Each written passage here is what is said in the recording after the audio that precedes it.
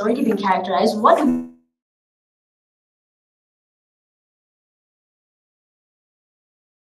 bring to you on site? For it to be abused and whatnot. So what are the policies that we will imply? The first is a husband or wife should pay their partner or spouse for the emotional labor they put in it. Labor checkups annually, so that our people on the ground will not be over exerting all this emotional labor. The third policy is after quantifying the amount of emotional labor, the government will facilitate the process of payment to make sure there are no ways of it being laundering or any forms of dark market or whatever things that will go on with this emotional labor. And then the fourth thing we will do is that we will assess your financial capability in how you would actually pay all this emotional labor. So what do we mean by we will assess your financial capability? Meaning that even if you're poor, we will not put a cap on the amount of emotional labor that you are able to accept because of your financial capability. We want this to be equal for everyone. Now, what is our argument? The first argument is, in principle, why people deserve to be compensated for the emotional labor regardless of whether they enjoy it or not. And I have three analyses to this argument. The first is time. Time is a commodity that you cannot get back regardless of however you spent it. Now, because of this, time spent comforting and giving advice, even though you do it whether you like it or not, you can also simultaneously be using that time to do things that will be beneficial to yourself and that would actually benefit you instead of another person. Although you enjoy doing it, we still believe that your time in actually offering this emotional support still should be compensated. What is the next level of analysis? The next level of analysis is that this emotional labor is actually a skill. It's not a proper, direct, true reflection of your feelings. Because why? When we say emotional labor, there's more often than not, you have to actually regulate what you say so that you do not hurt someone, even though you're damn angry at someone. You would not actually say things that were hurtful because you have to make sure that it is actually a thing that they agree on.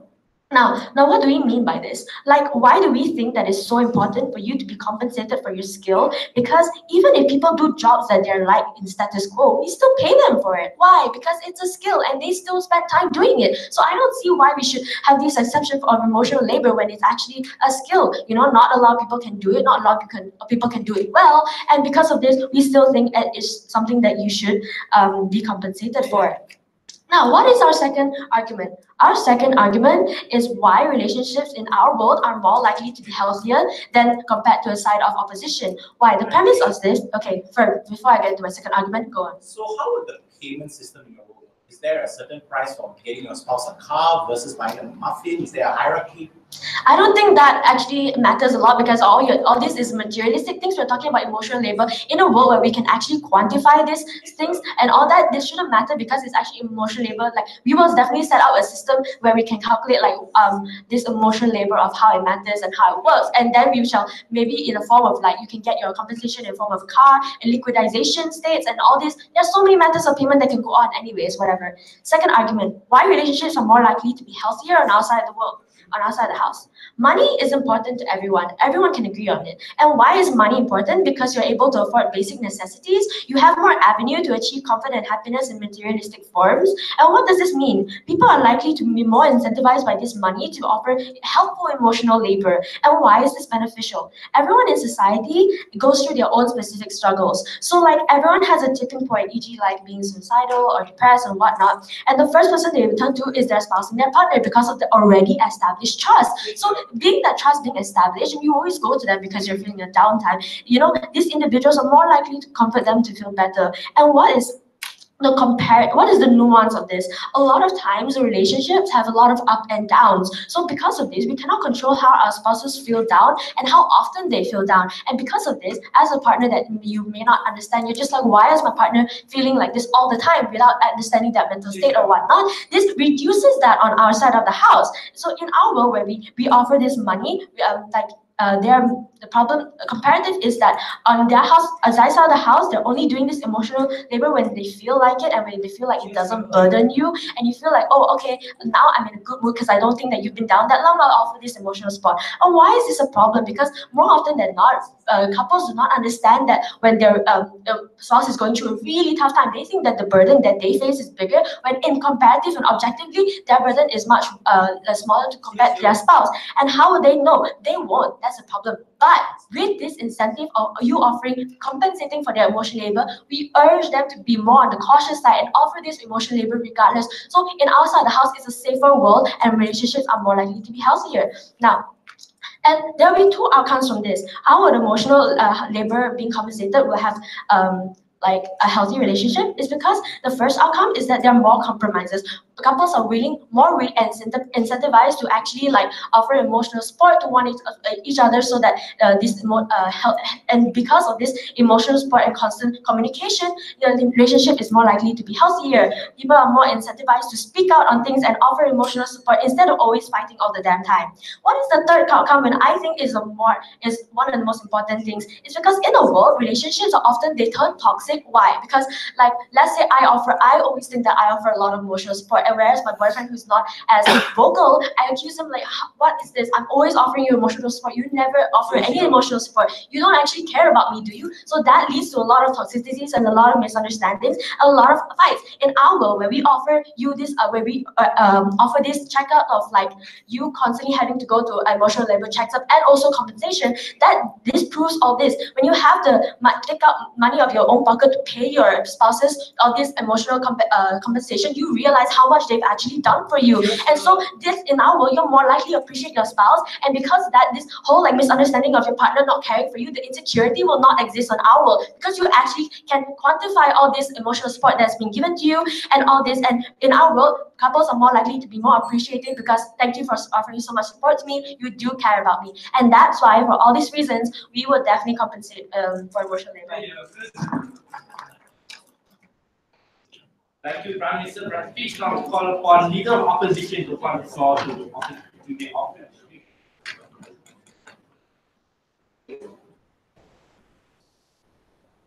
Yeah. Is it okay if I don't use the mic because it's kind of awkward for me? Right.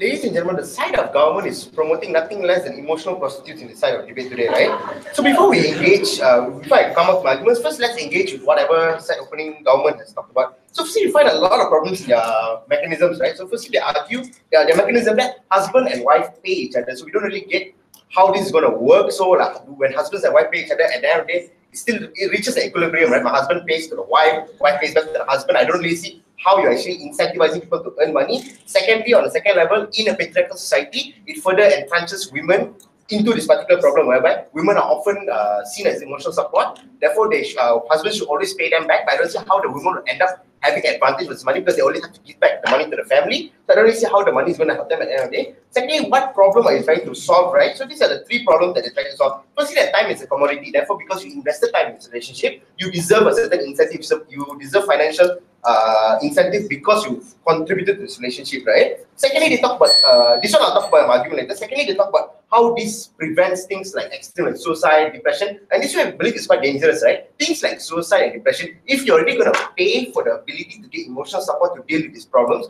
we believe you should use this money to seek professional help, right? Go to therapy, go to psychologists, right? If you want to rely on a husband or boyfriend who may not be trained specifically to deal with a unique sets of harms that you're going through, we believe it could end up being worse off under their side of the house, right? And finally, the last outcome that you see is that it's less fighting, right? We don't see fighting in a relationship as an actual harm in a relationship, right? Fighting happens because there's two different views, we disagree with partners, this builds a stronger relationship at the end of the day, right? At the end of the day, if you're too much fighting, it's better for you not to live with each other anymore. We don't really think that side solve the problem, they just create a facade of the problem, right? So what is our goal today, right? Our goal today is to create a structure that promotes better relationships and to protect women as a whole, right? So what are we going to prove? We're going to prove that to pay for an obligation would result in less satisfactory relationships. And secondly, how to better protect females on our side, right? So what's the principle in this entire debate, right? So let's talk about how relationship works. Relationship works the same way as how contract works, right? If anyone's a law student here, they know how contract works. You enter into agreement with another party, both parties are bound by certain terms in the contract, right? Yeah, So in this case, the principles of this contract is that you agree to certain terms which includes emotional labor for your partner, right? This emotional labor means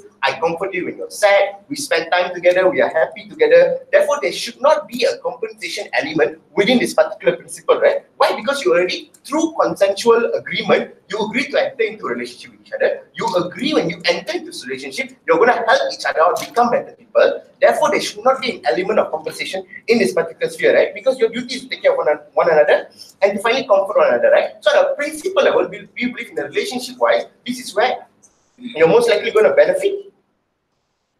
This is where you're more likely going to benefit because your relationship becomes stronger, right? Secondly, when you talk about time as a commodity, right? This is where our clash of principles come in, right? Their clash is that because you invested time, therefore, as a commodity, you should be getting compensation for something. But under our side, the time that you invested is rewarded through the healthier relationship that you get, right? Because you invested time in this relationship, because you invested time in listening to your partner, your relationship becomes stronger, the relationship you have becomes healthier as a whole, right? So that is the element of reward of which you're investing your time in, right? So we believe you already compensated enough at status quo. We don't believe that you need to go an extra step, right? So this, we are quite, in terms of, let's talk about that. Second point of my argument, any POIs? On your side of the house, when you cannot even begin to quantify all this emotional labor, how would you then prevent women who are often victimized for offering too much emotional support in your house? Okay, it exactly ties up to my argument, right? So my argument is there's two scenarios that are happening. So structures that make women subservient to men, right? So firstly, on a structure in which men would require more emotional support, right? Let's set up in the context there. So the intuitive argument would be that women often are placed at a platform whereby you need to support men, right? Where the husband is often working, or boyfriend is working, the girlfriend or wife just stays home, husband comes home, how's your day? I cook for you dinner, I say how was your day, talk, husband doesn't want to talk, but that's not the point. The point is that this entire assumption is that place an emphasis that women should take care of men, right? Because in status quo, women are often the caregivers of society, the people who are at home taking care of society. So you further put this obligation on them that you should take care of your man. And this particular harm is propagated even worse because when you're incentivizing them to payment structures, right? Why? Because now you are acknowledging the fact that a woman's place is in the house to take care of the man. That's why we are paying you money for it, right? You deserve to be paid money, especially under their side when the husband has to come home and pay money to the wife. Listen to me, I need someone to listen to because I had a tough day at work. You don't understand what's going on because you're just sitting at home. I'm coming back from a hard day at work. Therefore, I'm paying you money in order for you to listen to me, right? This propagates and creates this narrative that women are below than men, and it's their job to comfort men even more, right? So the payment structure placed upon this man further harms women as a whole. Secondly, on the second level, if women need this more emotional, you want to argue that women are the ones who need more emotional harm, this creates a situation where it creates a narrative that women are more emotionally greedy in this situation, right? So in a situation that men are the ones who should be paid to take care of them, therefore a man that goes back to work, come back, you need to account for this additional labor that you have to go for, right? Because now you come home, your women, your partner or your spouse needs this extra attention. Therefore, you are paying off this extra attention to them, right? So you normalize the idea that women are often weak and need protection from men because that's why you're paying men to do it, right? Because women cannot handle this emotional labor themselves, they cannot handle this emotional stress themselves. You're paying men in order for men to come and take care of the husband, right? So women are left more oppressed under our situation. Yes, before 6. If that is true, does that mean women can't seek therapy? Again, sorry. If that is true, that women paying for support entrenches the stereotype, does that mean women cannot go to therapy? It entrenches the stereotype because you're forcing the spouse to pay, right? In therapy, you're not exactly forcing one gender to seek compensation from another gender, right? You're going for special skill, special professional help because you have a problem to deal with. Under this side, you're actually making a man pay for the you're actually making the wife pay the husband because the husband has to listen to it. So this is this entire argument compensates into my principle, right? Whereby in a relationship, we believe in order to maintain a strong and healthy relationship, we believe all these terms and conditions of emotional labor should come as an obligation to maintain the relationship, right? That's your incentive. You as a biological creature who wants to procreate and wants to have this familyhood that society pushes you to have, you want to have this healthy relationship because it creates a better structure for you to have this familyhood, right? So under our set of how, because of this entire obligation, and you know that you have to do it because you want to have a happy wife, and they say happy wife, happy life, you're more likely going to have to, you have to adhere to this obligation, and you do it for free. You do it because you want to, because you do it sincerely, because you love your wife. That's why we believe you are against this entire motion. Thank you. Thank you, Leader of Opposition. To continue opening government stage, I'd like to call upon Deputy Prime Minister KTJ.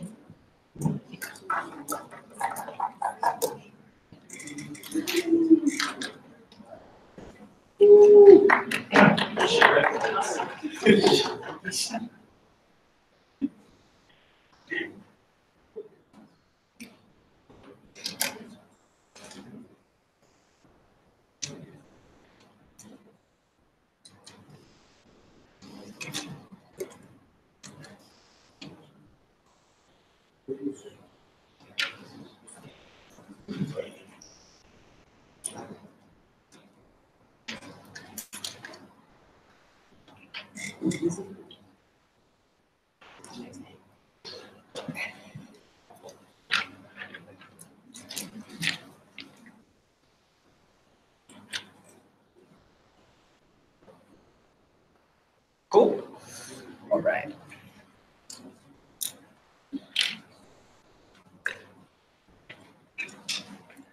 I think it is quite sad that the side of opening opposition decided to not respond to the majority of our arguments and instead decided to prove with no links whatsoever that women suffer in this world and women don't get support. So the first thing I'd like to clarify is that my argument at the end of this debate, at the end of this speech, will prove to you why women in patriarchal structures, in abusive relationships, are more likely to be helped. But before that, a couple of points of response. The first thing, which I think is the biggest thing that the side of opening opposition bring up, is this whole idea of consent. That in relationships, we enter a sort of contract and it's an obligation to support each other.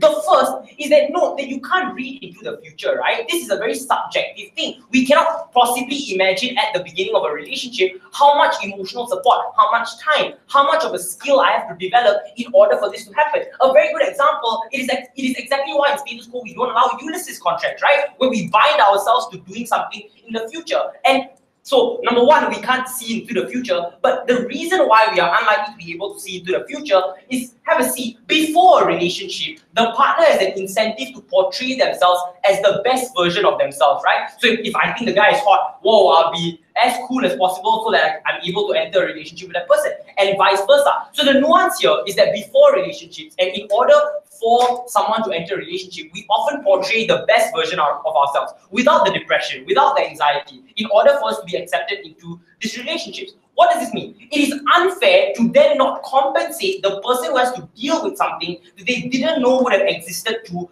begin with. So you cannot say you want the real version of the person, because the person that they think you are when entering the relationship isn't the person that you actually are, and they only discover that halfway through the relationship. Have a seat, and we should compensate them for that. But next, even so, even if it's true they consent to this, right? People consent to jobs. The parallel that Prime Minister gave you is that this is a thing that requires skill. It is a skill to regulate your emotions as well as possible. It's a skill that you have to develop, you have to learn, right? So we should compensate you for that skill regardless of whether or not you're good at it, regardless of whether or not you like, not whether you, regardless of whether you're good at it, regardless of whether you consented into it or not. But next, it's also about time, right? The amount of time that you put in.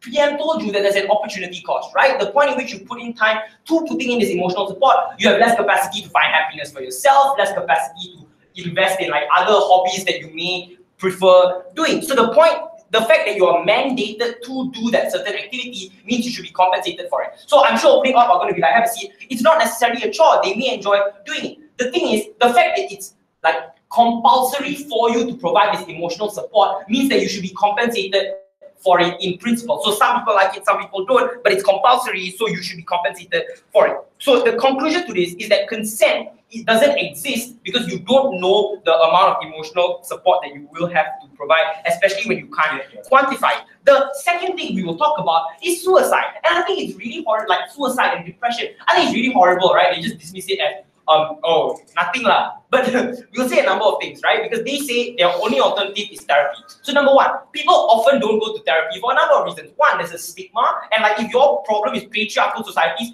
as if they're going to let the women go to therapy to prove how horrible the man is. Obviously, they're not going to let the woman go out of the house, right? In patriarchal structures. So therapy is never going to work in your world. I have no idea what you're talking about, right? But secondly, even if there's no stigma, even in Western countries, people are just scared of therapy, right? Because it means admitting to themselves that there's something inherently wrong with them. So there's a lot of reasons. The conclusion is there are a lot of reasons why people don't go to therapy. So the nuance is that a lot of people don't go to therapy, but often the first person they turn to is their spouse or their partner, because there's a lot of trust that they have already developed with an individual, as opposed to having to build up trust with a new therapist again. So when they go to their partners, we need these individuals to provide emotional support. So opening up is like, oh, but they cannot provide it as well as the therapist. So number one, they are unlikely to go to the therapist. But number two, some emotional support is better than nothing. We don't need like your spouse to be perfect in giving emotional support. We need them to actually do it, right? Because the comparative in your world is no emotional support whatsoever. You're just left to suffer, right? But what's the nuance from Prime Minister's speech that they particularly miss out? That a lot of times, human beings have different tipping points. And we have no way of reading into their mind and telling ourselves when they are likely to fall into depression, when they are likely to become suicidal. So with that in mind, we should provide incentives for people to always err on the side of caution and to always make sure that they provide emotional support. Because because the nuance was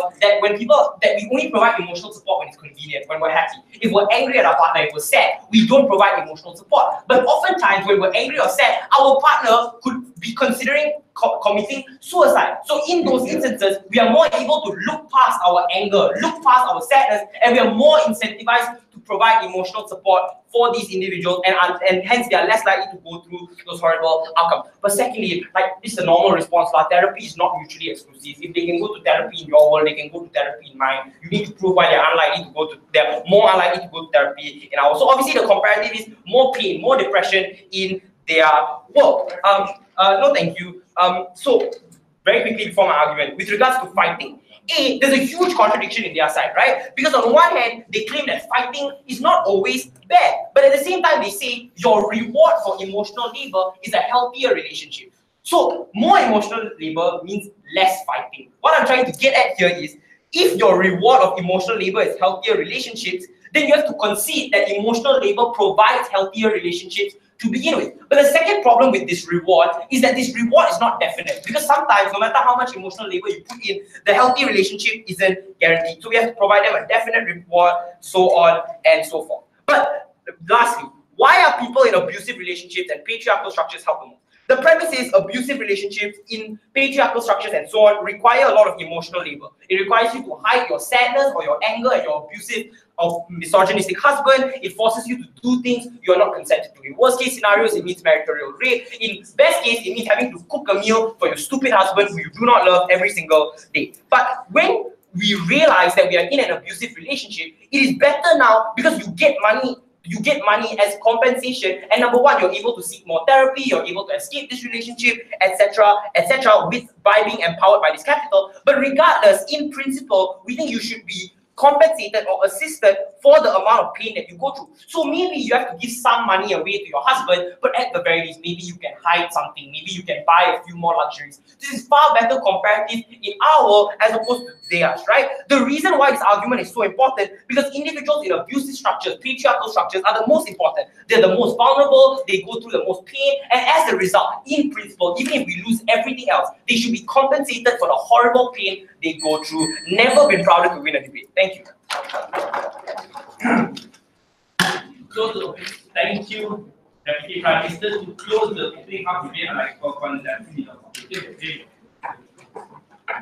Leader.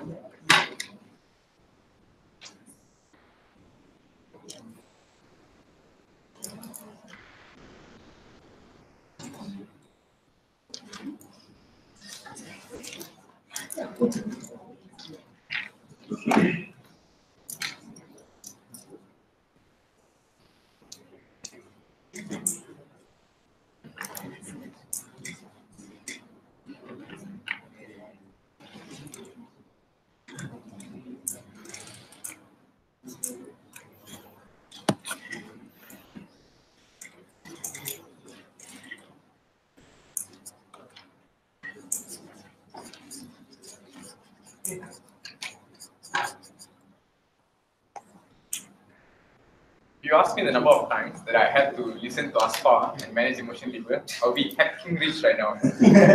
But that's something that I believe, you tell stories along the line at the end of the point. Like 10 years down the line, you tell Aspa, I had to bear with you because you come up with stupid arguments during debate and I had to cover up that, right? So we think this is the form of thing that, I had to bear with.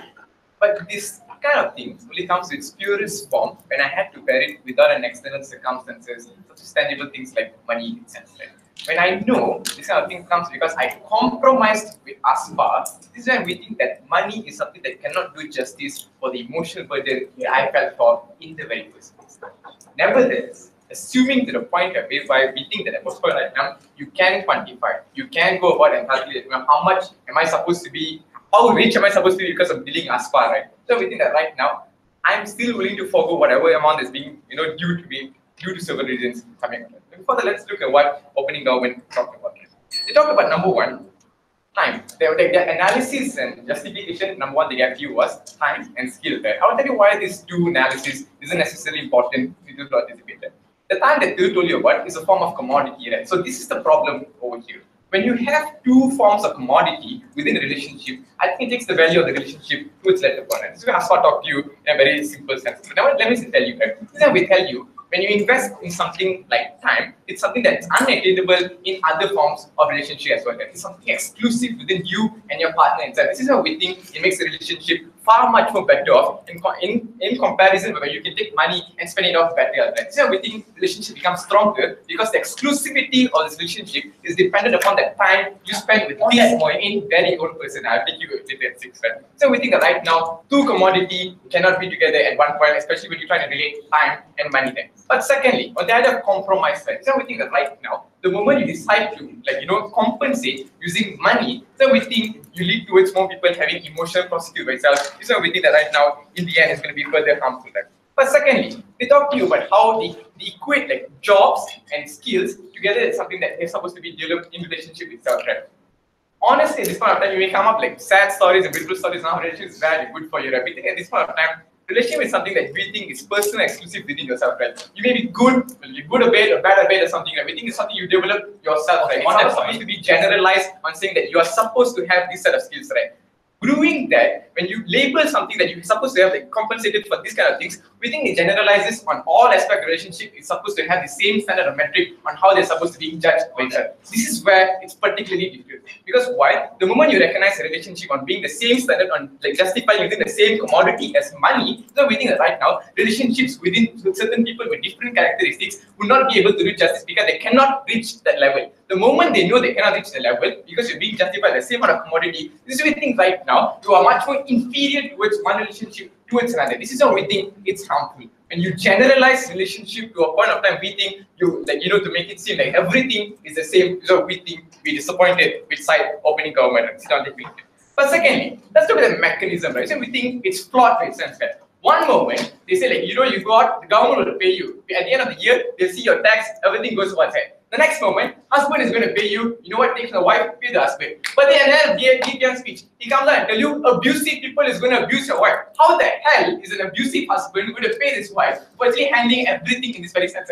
We don't think necessarily possible within an abusive patriarchal society. But nevertheless, we'll tell you why. It's further much more powerful. You feel so excited, God. If you make arguments about abusive husbands and abusive relationships, then all your harms are contingent upon abusive husbands paying that money to begin with. You can't say it doesn't happen, then there's no debate. That's why we're supposed to blame opening government, right? They do not have a proper mechanism to start with, right? We told you, if you properly go out and say, this person is going to pay you, I think I would have come out clear in my speech, right? Until the end also, no one's going to tell who's going to pay you. Suddenly someone paying, suddenly someone not paying. How are you going to pay that? Second, on the second level analysis, on the nuances, right? This is the thing right now. This is where they told us how suicidal thought is something about to happen. Right? The first thing you go to is your husband or your spouse. Yeah, true the point. But nevertheless, have you thought on the flip side? Right? The reason why they're having suicidal thought can be because of this person in the very start, right? So you think that right now, if you think your husband is the reason why you're suicidal thought, you will not go to this person in the first place. And secondly, when you go to a like non-expert person who goes to suicide, we believe the solving of this problem would not necessarily be like towards its previous form extent. This is we think is much more harmful to this individual who are suffering from depression to begin with in this very suicide. But nevertheless, let's look like let the DPM come about it. DPM talk to you about how right now you can't read into the future and somehow you're supposed to be compensated for like the things that you think might be different at this point of time, right?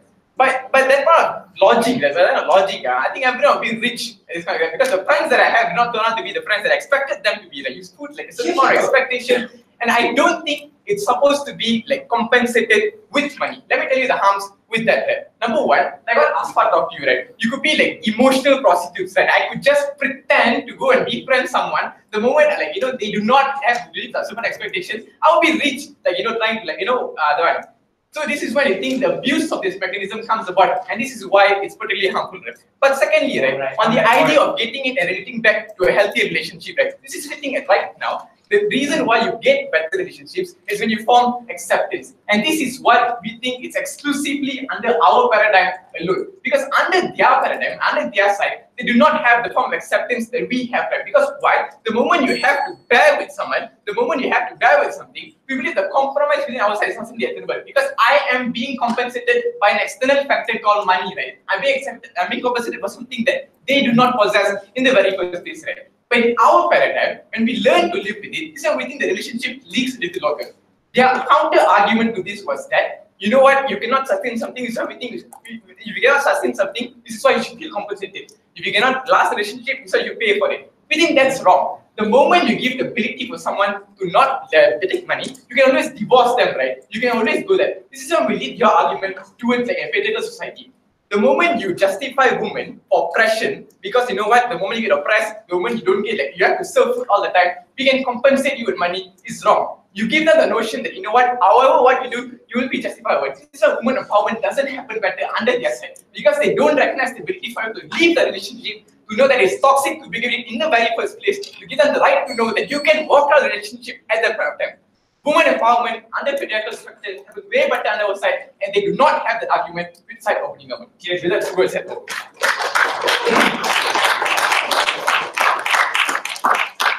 Thank you, Deputy Leader of Opposition, for that speech. Now, open up the podium of the day. I'd like to call upon member of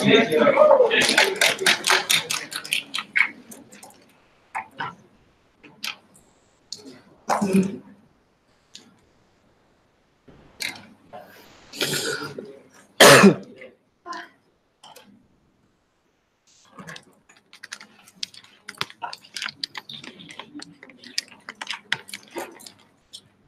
yeah.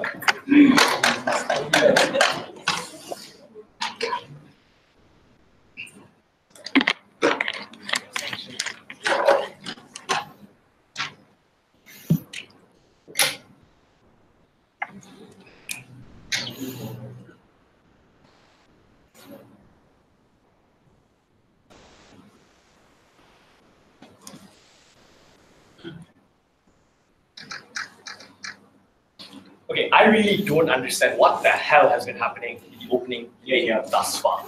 I want to say that this debate ought to be about what's in the best interest of individuals who are in a relationship. And we would argue on closing government why you're more likely to get better relationship, especially for individuals who enter relationship with baggages and issues on their own, and why you're more likely to find people who are more likely to listen to you, taking into account many variables as to how like certain individuals react on a relationship. I have two things I want to talk about in terms of extension. Firstly, I want to talk about how exactly individuals who have baggages go into a relationship and how they decide to get into a relationship, and why their partner is extremely important in how they react to them. Secondly, I want to talk about how exactly people who are in relationship decide which emotional labor to take part in, and why therefore this financial compensation is extremely important. I'll nuance this debate really well. Secondly, I want to respond to opening opposition first, right? The first thing that they said is that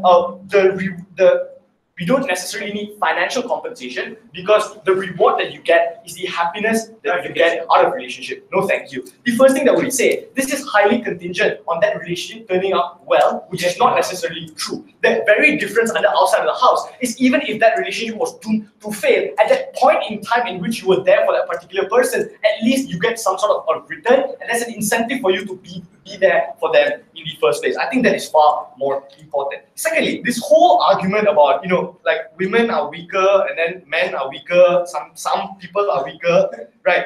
So the main argument for opening opposition here was that men go to women because women are known for giving support, and this is bad now because you're treating them as inferior. So the first thing I want to say is, if women are already known for giving support, and that's what people in patriarchal societies do, I don't see how paying them reinforces that stereotype. I think that already exists under your side of the house. But the second thing we would say is that I think paying is at least a form of appreciation for the suffering that you have to go through. Under your side, imagine how situations would be under your side of the house if these patriarchal men don't have to pay. All they have to do is just go back to their house and just say, you cook my food, you listen to me. The interactions that you have between people in patriarchal societies are far worse under your side of the house. At the very least, under our side of the house, the money that we give is a sort of compensation that we give and a sort of appreciation for the fact that these women are always there, despite the fact that they are sometimes not allowed to go out of their house. I think that appreciation link is something that we draw and distinct from opening government. Second thing that we heard from opening opposition was that relationship becomes better if it's genuine. So the first thing I would like to say is that they rest on a fundamental assumption that everyone who goes into a relationship is at a ready standpoint in time, willing to give you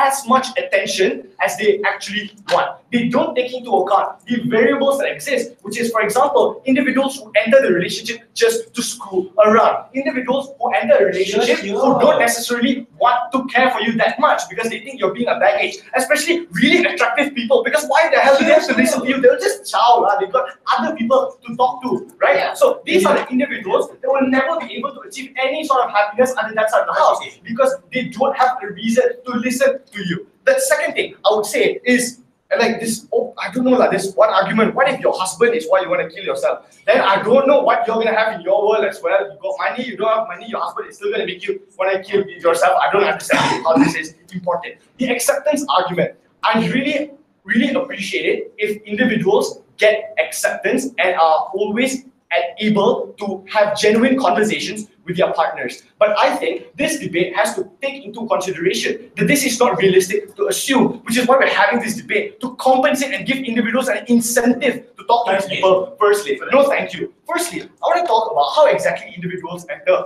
relationship. Most people who have issues, most people who have baggages, more often than not, they like individuals who are totally the opposite of them because they relate to something about them that they don't have in their life. More often than not, these are individuals who either don't go through the same issues that they have, or these are individuals who find it easy to talk, easy to mingle, easy to find friends, or easy to find belonging. What happens there? If this relationship succeeds, meaning that they both start dating, there's not a mutual way in which they look at one another because one person has so much baggages. And this is worse at the point in which you go through the honeymoon period where you act so nice for the first 2 weeks, where you buy them MACD every day to show love and post it on your private Instagram story. But we think it becomes far worse for these individuals who go through with baggages because always opening up to your partner who either doesn't go through these issues or is good looking or has all this happiness means that there is no guarantee that that person is willing to listen to you because they are more likely to be bothered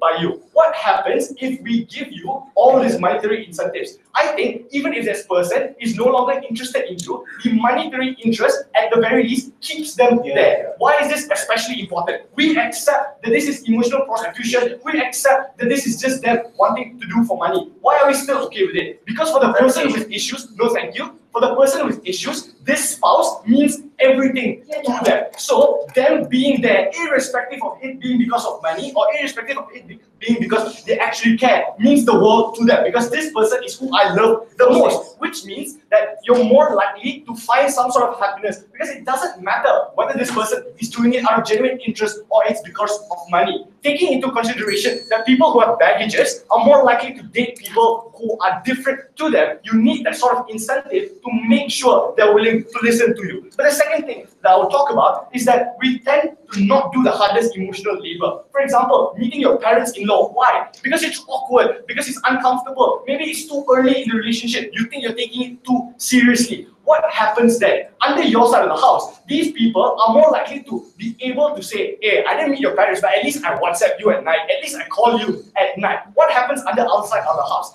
At the very least, if we give them money and taking into consideration that the hardest emotional labor will give you the most amount of money, they're more likely to do all of these things. They're more likely to do the most emotional labor, which gives that person as much satisfaction. Under your side of the house, they're never going to do the hardest emotional labor, either because they're not as interested or because it's just too difficult. Under outside of the house, they're more likely to do it. But the last thing that I would say is you have individuals who are more interested in finding out how to talk to people, how to address mental health issues, because they know that if you get into a relationship, it's going to be something that's extremely important for them. This is a benefit they will never get under that side of the house, because under that side of the house, if you get into a relationship and your partner is too depressed or going through suicidal, your first thing to do is to probably opt out of that relationship. Under outside of the house, at the very least, you learn how to talk to them. That is how we make relationship better. Go with CG.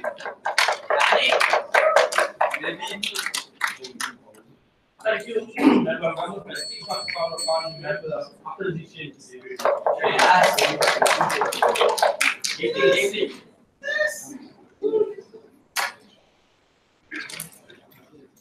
Someone that has just enrolled in a tailor's, let me tell you about the problem with money. The problem with money is that people assume that it makes everything okay. It's fine for me to make you uncomfortable because you're paid for it. You can't be sad. You have money to compensate for it. And I think that the problem with government is that they substitute consent with money. And that is detrimental and deadly to a relationship. So here's what I'm going to do in closing opposition. Opening up was apparently themed suicide and depression and a lot of assertion. So I'm going to do something else. I'm going to simply explain how relationships structure in the world, restructure the world of government for the worse, and why we need to get people out of specific relationships. Secondly, here's what we believe. The stance on closing opposition is simple. People should not be paid for emotional labor. The second thing is that in situations where emotional labor is too harsh or too present, the best alternative possible is for these people to leave these relationships. So before that, most of my material actually does engage with opening and closing government. I promise not red herring, I will flag it out for you. But here are just some things that don't quite fit in.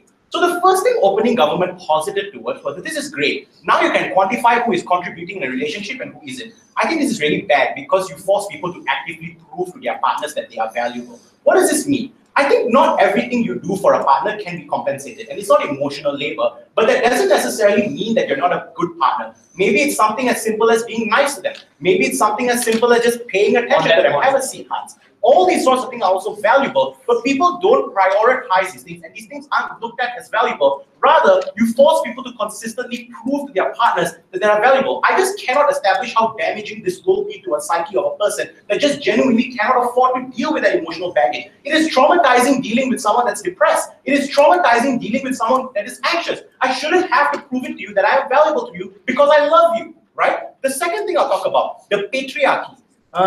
Okay, they will get money, but I think now in a world where the husbands are actively giving money to wives, I think it justifies their patriarchal behavior more and less people are willing to pay support to them. It's okay for your husband to hit you or force you to cook because you're being paid for it. You should stop complaining about it as compared to a previous time where money was not given. So I think just on a pure comparative and evaluation, the effects of the patriarchy is far worse in the world of government. But the last thing, and I think this is where I agree with closing government a little bit, Kiru posited that now people will take on the hardest emotional labor. I cannot like ascertain how dangerous this is. People will literally try to talk to other people with depression and suicidal thoughts for the sake of money. That is horrible. You don't have the expertise needed to deal with this person, but you're going to try to do it anyway because apparently $50,000, the fella jumps off the roof. Who cares? You're in Kanye's new car, playing the album, driving away from the scene. That is a terrible metric, and I don't think people should have to be forced to go into those situations. My extension, how do relationships restructure in the world of government for the worse? I think the first very fundamental question that must be answered in this debate is, why do people enter relationships? I don't think people enter relationships for money. I don't think they enter it for compensation. You can get money in all kinds of other situations. You can get all these sorts of things in different areas. You can drive an Uber, you can get a high-paying job, you can go to your university and teach. I think the one thing that is unique to a relationship is trust. Meaning that you need to know that this person is genuine. This person genuinely loves you and is doing it out of a sacrificial nature. The only way you can ascertain for something to be genuine is if this person is not gaining anything in return for loving you. So what is the problem with this? The problem is, meaning in the world of government, people never really know if the relationships they are in are one that is genuine or not. So you never know if you're talking to someone, if they truly love you, or if they're in it for the money. I'm sure I can talk to someone about feeling depressed, but if they're just there for the money, I will know, versus if they're there to actually care for me, because it's a bit weird when someone doesn't care about you and you're telling them about your problems. It sounds a lot like people they just can't get off WhatsApp, right? So this means people in the world of government will also have to do the following things. I think you would just be paranoid in the relationship. You will have to try to identify if this person loves you. And I think just not knowing if a person really loves you versus if they're there as a gold digger in the retrospective sense is a really bad thing. Have a seat. This person will never be able to trust you. And this person will never be able to feel like they genuinely love you. So what does this then lead to? I think there is a deep feeling of resentment against these people. So I think government can fiat that people will give the money, but I don't think you can fiat people will be happy about giving that money. In the world of government, people will feel horrible. I'm dating someone and I'm paying them consistently, and according to opening government, I will actively hide my feelings to avoid paying them. This means I will actively label these people as the problem and the reason as to why I am suffering. They won't want me and they don't care about me unless I can pay them. That's why it is significantly worse in the world of government. This is the first level as to why relationships are just worse off in the world of opening government and potentially closing government as well. So my second extension, why do things become worse? I think the problem with throwing money at problems is that people assume that it becomes okay. I think the discomfort towards emotional labor still exists in the world of government, despite being paid for it. If you really don't like your mother-in-law, there's not much you can do about it. She will sacrifice you, you go there, all kinds of things will happen.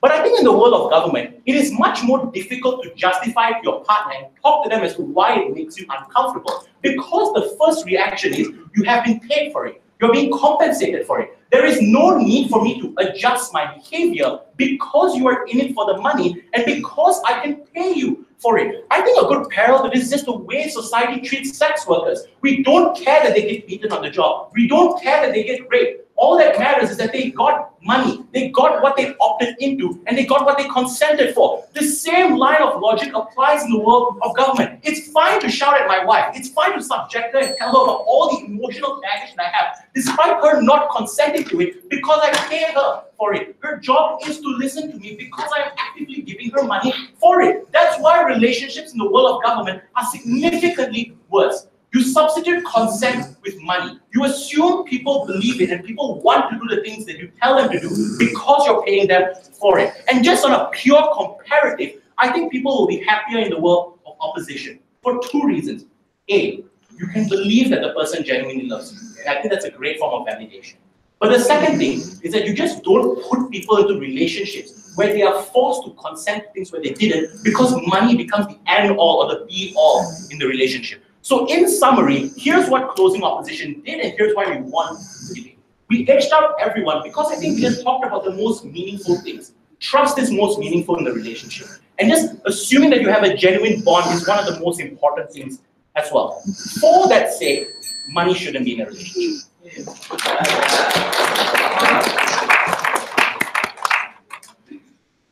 Thank you very much for that speech. Now, and the top bench, I'd like to call for now flip the debate.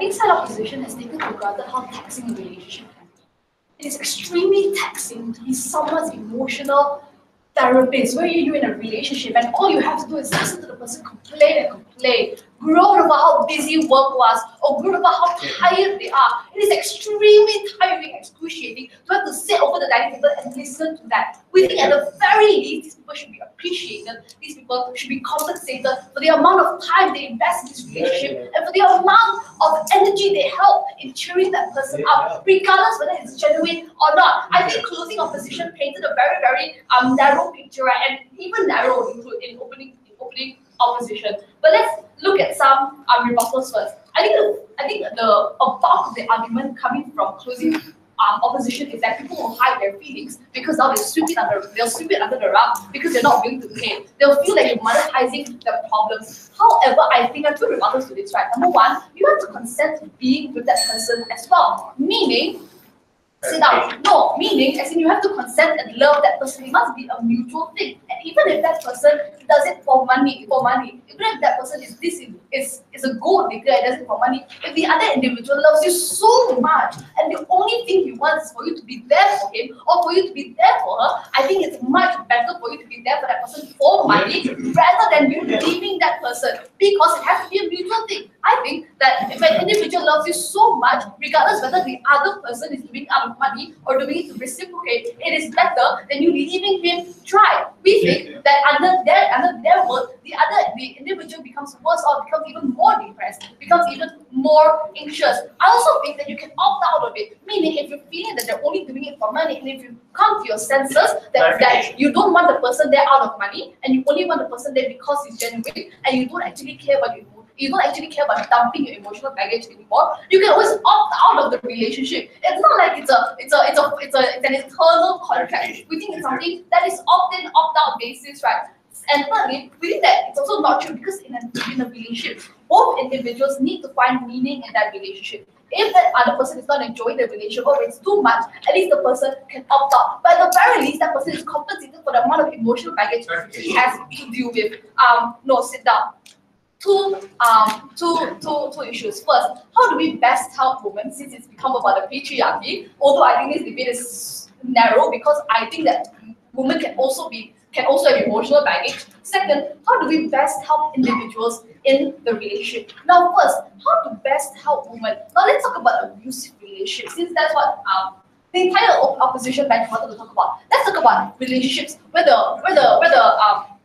a man is abusive in terms of emotionally and when it pays off. I think it doesn't change under your side because this husband is still emotionally abused. At least under our side, the woman gets compensated for the amount of emotional abuse that she is going through, for the amount of emotional baggage that she has to sit through, or the husband tells her to cook dinner or complain how bad work was. So if you're in an abusive relationship, you get the money, and the person can leave because now you're richer, right? So I think that's much better under our side. The comparative is your side will still happen. The only thing is you don't get compensated for it. So I think we win that clash, right? But the second idea of appreciation, and this is something that was never responded to by them. We think that your woman can't just be your bitch. Woman can't just be the person who you can use as an emotional punching bag. We think you get appreciation needs to show, and I think that the therapy argument is already therapy argument coming from opening has already been rebutted by opening. But if you want to talk about therapy, right, we think it's far different when it's your significant other, because you really care about them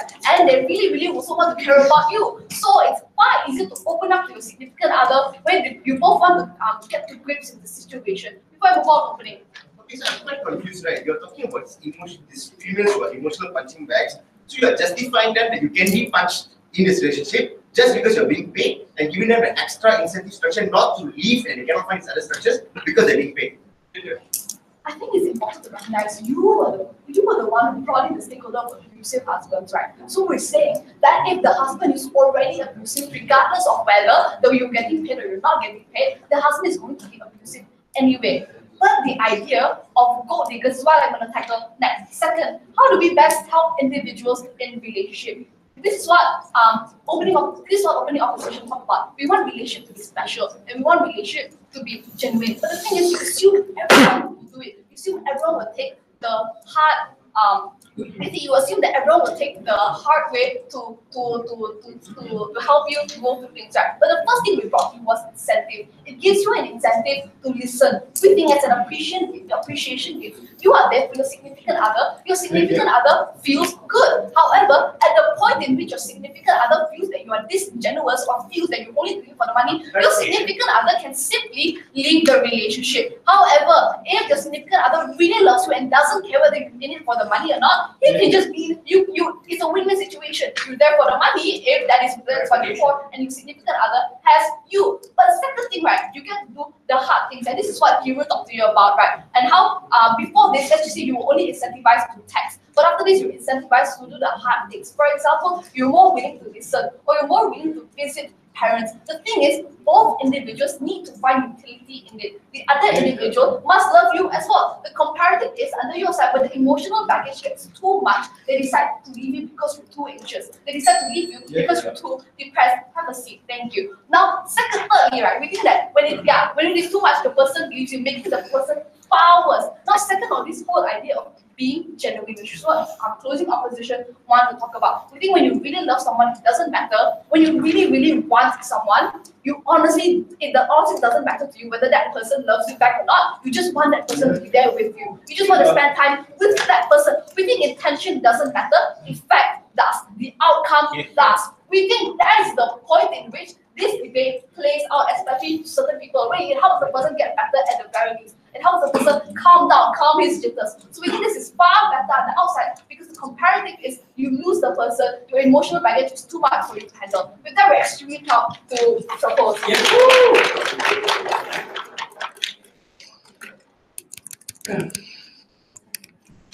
Thank you, Councillor, for that speech. I'd like to call upon you to close the debate.